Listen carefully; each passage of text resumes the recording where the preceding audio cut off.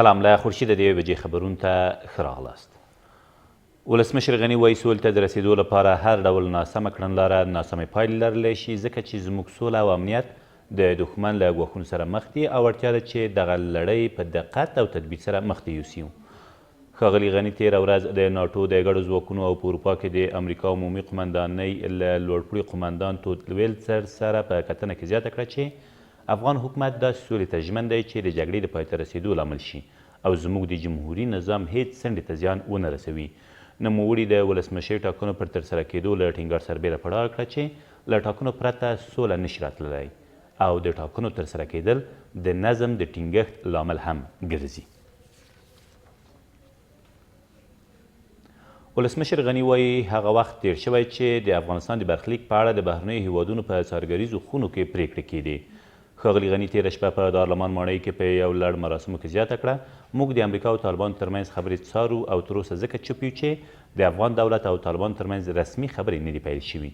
نوموړي د جمهوریت د بقا لپاره ټاکنې مهمې وبللې او زیاته یې کړه چې افغانستان به هیڅکله هم د ډاکټر نجیب او مجاهدینو پیر ته ونه ګرځي.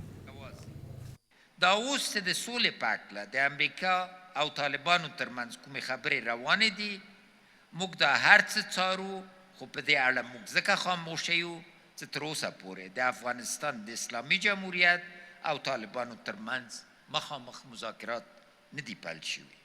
کله چې امریکا او طالبان یو تفاهم ته سره راورسیږي او زموږ او طالبانو ترمنځ مذاکرات پیل شي موږ به د دغه پروسې ټول جزئیات له ملت سره شریکوو. په افغانستان کې د نړیوال بانک دفتر وایي له طالبانو سره د احتمالي سولې له هوکړې وروسته د اقتصادي پروګرامونو د پلانونو لپاره سلا مشورې راټولوي. په افغانستان کې دغه بانک مشر هنري کرالي نن په یو پیغام کې زیاته کړې چې د سولې هوکړه کولی شي د باثباته اقتصادي ودې لپاره فرصت رامنځته کړي او دا بهیر په جګړه کې د ټولو ښکېلو خواو په ګټه ده.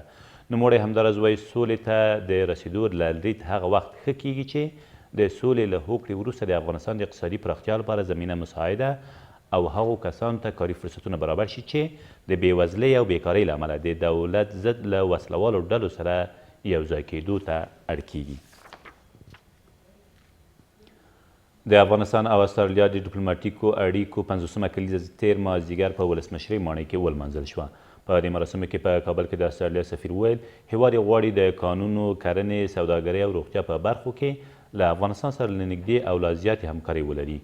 ښاغلي غني په دې مراسمو کې وویل د بودجې پوهنې روغتیا ټکنالوژۍ او په ځانګړي ډول بشري پانګې په برخو کې له افغانستان سره د استرالیا مرستې ډېرې مهمې وي. دی ویل چې استرالیا په تېرو 18 کلونو کې له افغانستان سره 1.4 میلیارده ډالره مرسته کړې ده.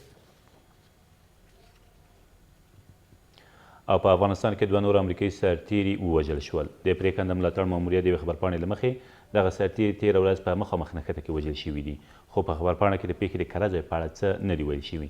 دی ویل ده چې په روان کال کې په افغانستان کې د امریکا د وژل شویو سرتیرو شمېر 14 ته ورسېده.